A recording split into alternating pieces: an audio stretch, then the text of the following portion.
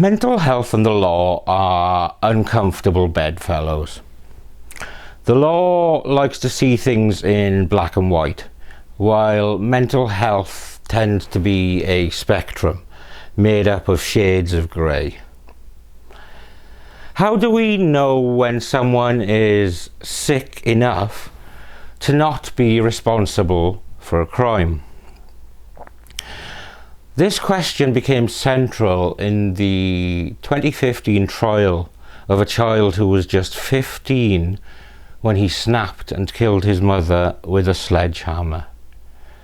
He did it unquestionably, but was he legally responsible? This is Murder of Crows.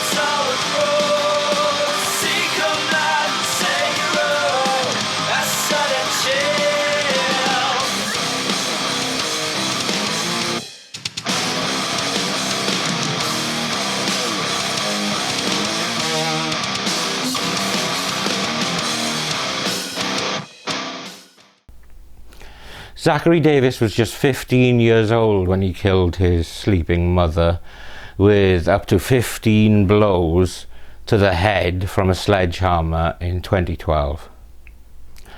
But what was the background to such a horrific and callous act? To find out, we need to look at the childhood of a killer who was still a child himself. And while it may offend some people, I have to get this out of the way. My early impressions in looking into this case and watching interrogations were that Davis looks like the kid from King of the Hill, but sounds like Michael Clarke Duncan from the Green Mile. And I think it's that juxtaposition that has stayed with me. I'll be showing some interrogation footage later in the video so you can decide for yourself. Zachary Davis was born on the 27th of July 1997 to Melanie and Chris Davis. They already had a 1-year-old son called Josh, meaning Zachary had an older brother. The early years in Zachary's life were seemingly unremarkable, though he was seen to be a very, very reserved and quiet child. Then, when he was just 9 years old, his father died of amyotrophic lateral sclerosis, or ALS, also known as Lou Gehrig's disease. And this seemed to send Davis further into himself, where his already fragile mental health seemed to crumble around him. He was seen by a psychiatrist after his father's passing, and it was noted there was certainly evidence of a mental defect. After his father's death, the family moved from Kentucky to Hendersonville, a city not far from Nashville in Tennessee. He would present as detached and distant, with grief compounding his ongoing mental struggles. A former classmate said he would walk aimlessly and just sit and stare at nothing. He would always wear the same hoodie, even on hot days. Clearly, this was a kid struggling with his mental health. His mother and brother were, in relative terms, normal. His mother was very active and took part in triathlons, while his brother played high school football. So it would appear that home life would have been, to all extents and purposes, normal. But when Davis spoke of hearing the voice of his father, the concerns began to strengthen. Concern turned to alarm when Davis said that he had been sexually abused by his brother. This has never been corroborated in any way, which is why, probably why his mother gave little weight to the claims. She could not have known, but in dismissing the claims so readily, she was signing her own death warrant. Whether the claims were true, or indeed if these alleged assaults were true to Zachary, seems secondary to the fact that his mother did not believe him. In his sickened and unwell mind, to him this was effectively betrayal. He already had difficulty relating to others, indicating a lack of empathy and little regard for consequences. But bearing in mind what would happen later, it begs the question of how sick is too sick when it comes to the commission of violent crimes. On August the 10th, 2012, Melanie Davis took 16-year-old Josh and 15-year-old Zachary to the movies, returning in the early evening. There were no indications of the horror that was to come later that night. Davis put together something of a survival kit in a backpack, which included clothes, a toothbrush, notebooks and a ski mask. Then at around 9 p.m, when his mother was either asleep or on the verge of sleep, Zachary went into her bedroom with a sledgehammer and hit her in the head about 15 times. He said after the fact that he used a sledgehammer because he didn't want to miss and he wanted to be sure that she was dead. Then, absolutely covered in his mother's blood, he left his mother's room, locking the door behind him, and went to the family game room and drenched it with petrol and whiskey and set fire to it before leaving the room and closing the door behind him. Davis then fled the family home, leaving his brother to burn to death along with the body of his mother. Now, fortunately, Davis's action in closing the door to the games room starved the growing fire of oxygen, and it was petering out, but not before the smoke alarms had been triggered. This woke Josh Davis, who immediately jumped into action.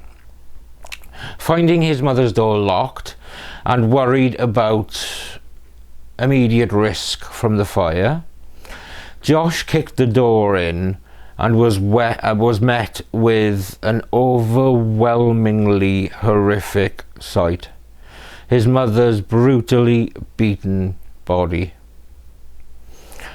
Unable to fully grasp what he was seeing and still worried about the smoke alarm continuing to sound, Josh ran to a neighbour's house to sound the alarm.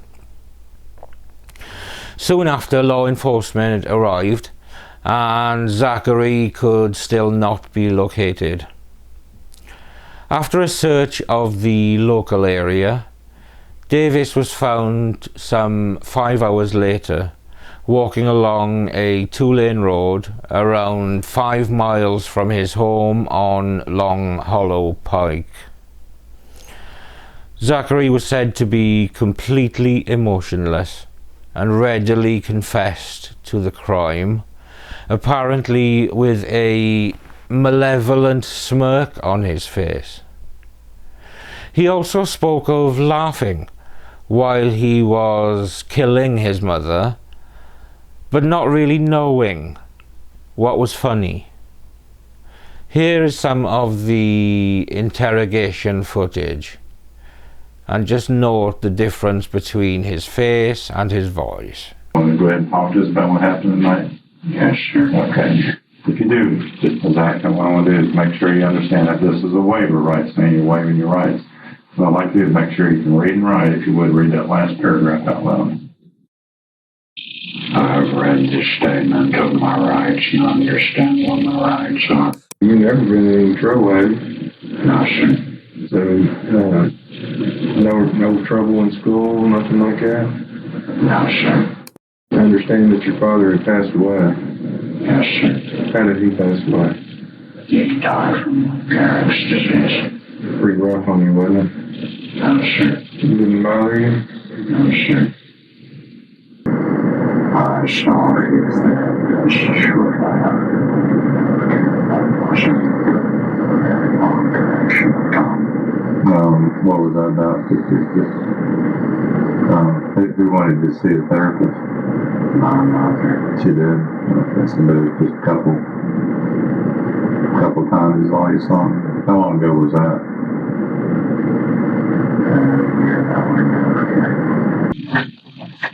I killed my mom in her sleepless nights.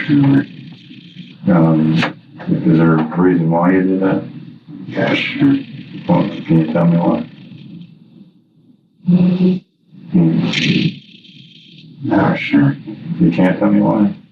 No, sir. Is there a reason you don't know why you did it, or you just don't want to tell? I do know why I did it. Just nothing I tell. Okay. You do know why you did it? Yes, sir. Okay. Did you set the house on fire too? I tried to. I don't know if it actually got the whole house on fire now. Oh, really? Okay. Yeah, it did down in a little bit, I think, but not bad or anything. Have you been having problems with your mom? No, sir. We found a book on a notepad that was on you. It said some things in there. Is that notepad yours that we found?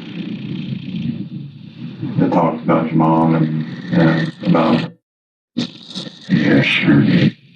And that's what's so important about this. I mean, we want to understand what, like I said, you don't have to tell us if you don't want to. I mean, but we want to understand, what happened. I mean, that's important. I know it could be kind of scary to talk about, but. Would you feel more comfortable if you were just one person in the room? I don't mind having two people here. Okay. Sure. Yes, sir. And like I said, like I told you in your rights, you don't have to tell us if you don't want to. It's very important, though, that, something like this that happens, there's usually a reason for it. And, that's what we want to know, is the reason. This is your time to tell us, why that happened, I'd rather not, sir. Okay. You were in your bedroom or in the room where the fire was started? The room where the fire was started. What do you call that room? What do you call it? Game room. Game room? So you're in the game room planning everything? Yes, sir. All right. And how long does it take you to plan that? Only a few minutes, but I waited for several hours to make sure everybody in the house was asleep. How did you make sure they were asleep? I just waited and then checked on them. Just checked on them? Opened the door and looked at them? Yes, sir. I killed her at around 11 p.m., I think. And I think she went to sleep at around 9 o'clock. Okay. When you killed her, what about your brother lives there with you too, right? That's the only person who lives with you? Yes, sir. Did you do anything to him? No, sir. I was kind of expecting the fire to kill him. Oh, you were? Okay. Where'd you get the sledgehammer at? From my garage. Okay, and what about, how'd you try and set the fire? First I tried to drag the lawnmower upstairs and empty the fuel tank in the room, but I couldn't do that, so I just poured a bottle of whiskey on the floor and lit it on fire. A bottle of whiskey? Yes, sir. Okay. And was that before or after you hit your mom? After. After, okay. How many times did you hit her with the sledgehammer? I don't know. I mean, any estimation? I'd say at least 12. 12 times. Where did you hit her at on her body? Around the head area. Okay, was she sleeping at the time, or? Yes, sir. Okay, did she wake up and say anything to you? No, sir. I put my fingers on her neck to check her pulse and make sure she was dead. Did you touch her anywhere else? No, sir. Have you thought about touching her anywhere else? No, sir. When you left, what were your plans at that point? I haven't thought about the record. Oh, yeah. When did you think about doing this? I mean, when did this pop into your head as far as killing your mom? Several years ago. Had you told anybody about it? No, sir. So, with this, I mean, thinking about this, was your mom just bad to you, or? No, sir. A pretty good mom? Was she a pretty good mom, or? She wasn't very good mom. She wasn't very good. I don't know. Okay, what'd you do with your phone? I didn't do anything with it. I didn't even realize it was in the pocket until I left. So where's it at now? I threw it in the ditch. Why'd you throw it away? I assumed that I could be tracked for that. Okay. What was your plans as far, I mean, you didn't have any plans on where you're heading to, or how, evidently you were trying to escape and trying to get away from police. You don't remember where you're trying to go to? No, sir. You had a backpack, and so you had stuff, you were just gonna walk and just try and get out of the area? Yes, sir. So why is the knife outside? I was trying to put it into my backpack, and then the fire alarm started, and I just ran out. What were you going to use that knife for? Same thing I used the sledgehammer for. Who were you going to use the knife on?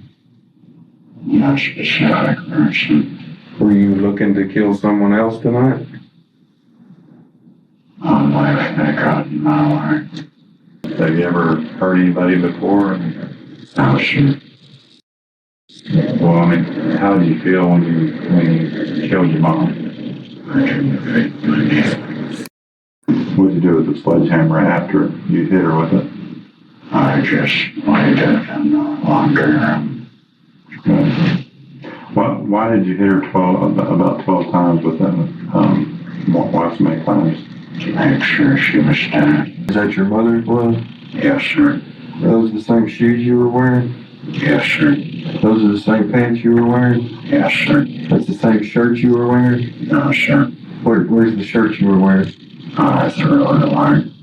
Why'd you get rid of that shirt? It had pieces of my mother's brain stuck to it.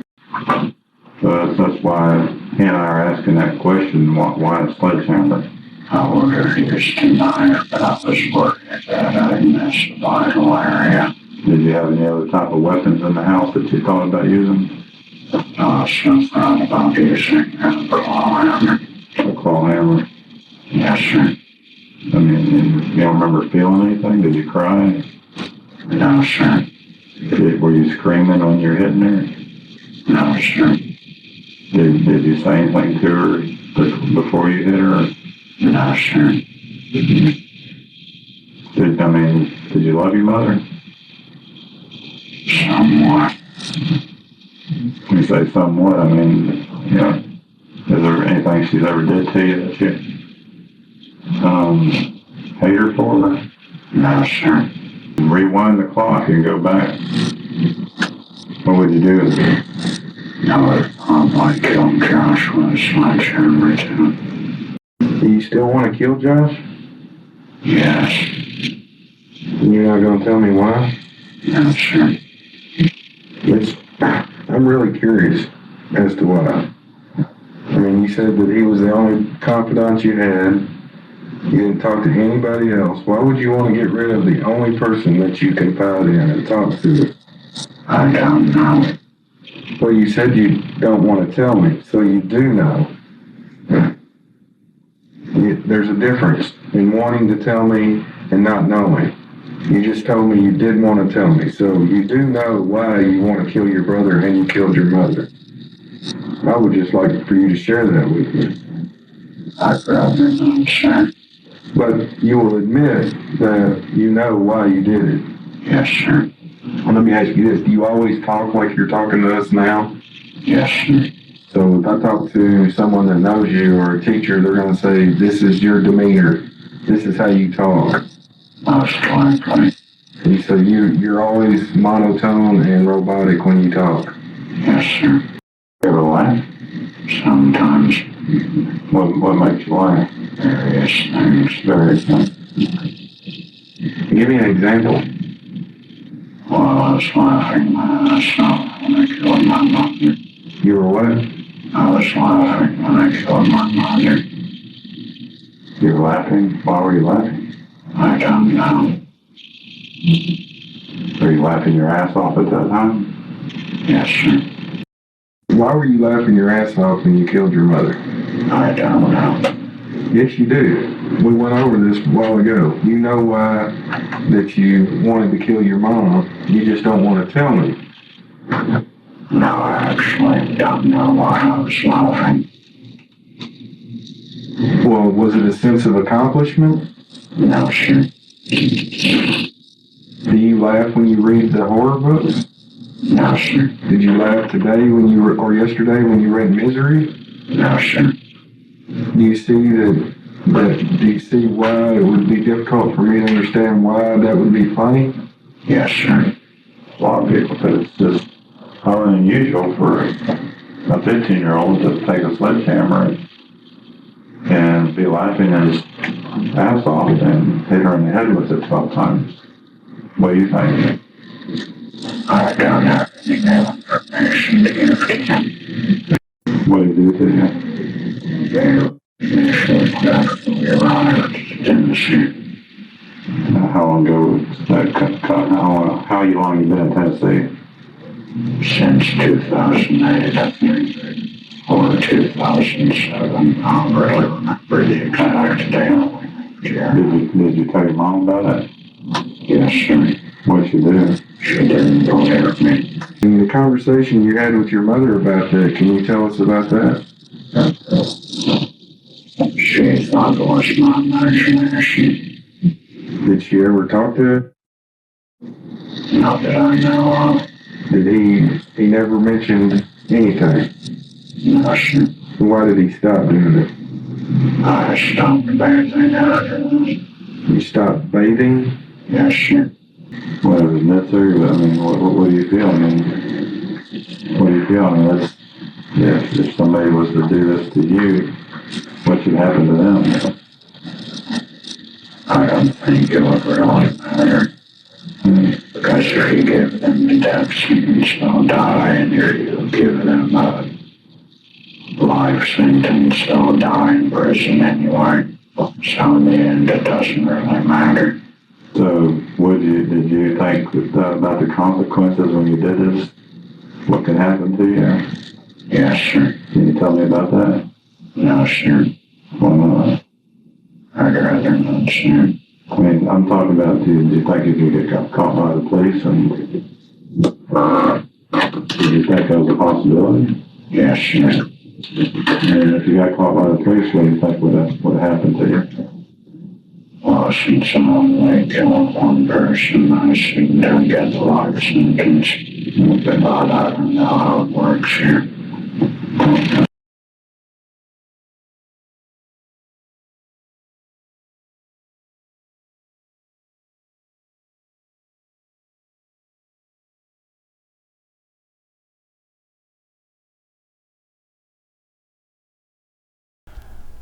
While Davis readily confessed to the crimes, because as well as first degree murder for his mother, he was also charged with the attempted first degree murder of his brother, as well as aggravated arson. The trial that followed would not be one of guilt or innocence, but rather of degrees of guilt. That Davis bludgeoned his mother to death was not in question. Rather, the question was one of whether he could be held legally culpable on account of his mental health. A question of competence and the ability to know right from wrong. In true crime, we often hear pleas of diminished responsibility. But the conundrum of mental health in legal proceedings is certainly one that is not black and white, and rather is many shades of grey. Who decides when sick is sick enough? Not just was Davis culpable for his mother's death, he was also clearly a very sick child who needed help. The trial that followed, where Davis was to be tried as an adult, was complex, with much of the focus on mental health. A psychiatrist, Dr. Freeman, announced to the jury that he had diagnosed Zachary with schizophrenia, adding that due to this disorder, he could not form the necessary thought process which was needed in order to commit first-degree murder. Dr. Freeman said, "His judgment was driven by his psychosis. That's what I believe prevents him from premeditating this crime." Another psychologist who had interviewed Davis numerous times since his arrest agreed with the diagnosis. "I've never encountered someone so severely detached from his emotions," she told the jury, adding that she diagnosed him with schizophrenia as well as depression. Throughout the 2015 trial, Zachary frequently manically laughed at inappropriate times. On the third day of the trial, Zachary took to the stand to testify on his own behalf and said something that nobody, including his own attorney, expected to hear. "I didn't do it," he exclaimed. "I took the fall for my brother. I didn't do it. He killed her with a sledgehammer," Zachary told an obviously stunned courtroom. But when Zachary's own defense lawyer, Randy Lucas, reminded him that there was a handwritten confession as well as a taped confession, Zachary replied, "I didn't kill her." And in addition to the confessions, Melanie's blood was spattered all over his trousers. Ultimately, the jury of 7 men and 5 women took 3 hours of deliberations to find Davis guilty, and he was sentenced to life plus 20 years for the attempted murder of his brother. Presiding over the trial was Sumner County Judge D. David Gay, who concluded that while Zachary probably did suffer from mental illnesses, he knew wrong from right. The thing that bothers me is that you have shown no regrets, no remorse in murdering your own mother at age 15, he stated to a stone-faced Davis. A life sentence in Tennessee is 60 years, with the possibility of parole after 51 years, meaning he will be in his mid-60s before his first chance of parole. He was sent to a special needs facility in Tennessee where he's still incarcerated. But still the debate raged on as to whether Davis could be held wholly responsible for his crimes. While he is still incarcerated and his appeals to date have gone nowhere, the debate took another turn after the legal proceedings had ended in 2015, with Dr. Phil McGraw conducting an interview with Davis, where, among other things, Dr. Phil says, "When I look in your eyes, I don't see evil, I see lost."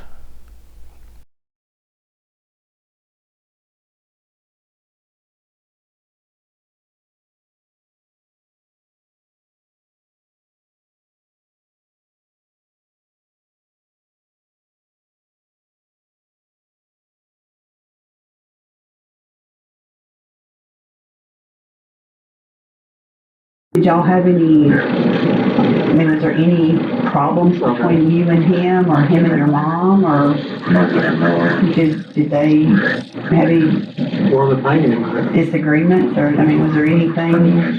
Like, I think they would argue. Other than normal parents. Not that I know of. But when you got in trouble at school, I think it was last year, what happened to cause that? When you got in on that? Oh, no, that was 8th grade. Oh, was it 8th grade? Yeah. Oh, okay. No, middle school. Yeah. What happened to cause, what were they doing? He was like like a piece of paper, like, how you roll up a thing of paper. Mm-hmm. He just kind of hitting him with that. Hitting Zach with it? Yeah, and I told the kid to stop, and he went up there and did it again. So. Okay. And what was Zach's take on that? Was he mad that the guy was hitting him, or was he just indifferent, or did he ask you to do something about it? Or was no, he didn't ask me to do anything. Okay. Just taking up for little brother. Has he always been talking that monotone voice? Like quiet. He's kind of quiet, and his voice don't go up or down. It's just like a flat monotone voice. Is that the way he normally talks? All the way? When did he start talking that way? It's always been the way I remember. Really? Yeah. What's Zach doing when you get home? I think she's playing Xbox. We kind of keep to ourselves, I guess. Okay, so you and Zach don't have a good relationship? Well, no, we do. It's just like I don't know, like he just kind of, stays to himself. He's kind of a quiet person, I guess. Did you even have any problems? He's always been kind of like quiet, I guess odd.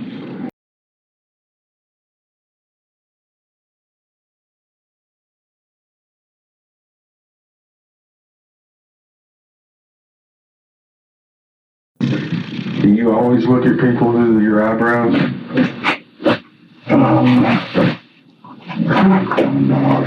You've been doing it all morning. Do you do that? Is that a habit, or is that something that you're just starting to do? I guess, yeah, I've never really noticed.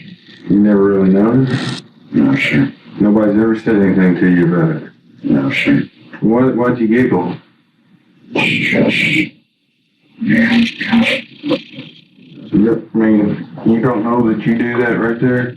No, sir. Okay. I'm not picking on you, I'm just... It looks kind of evil when you do that, I'm gonna have to say. I think you know you're doing it. And you're smiling about it, so I think you're pretty aware of what you're doing. No, I didn't realize I was doing it. Yeah, you did.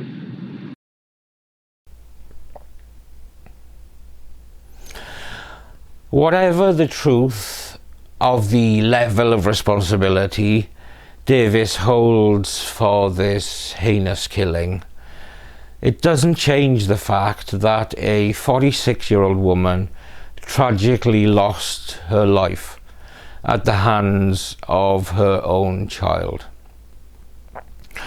As ever, this video is dedicated to Melanie and her friends and family, and I send them all nothing but love.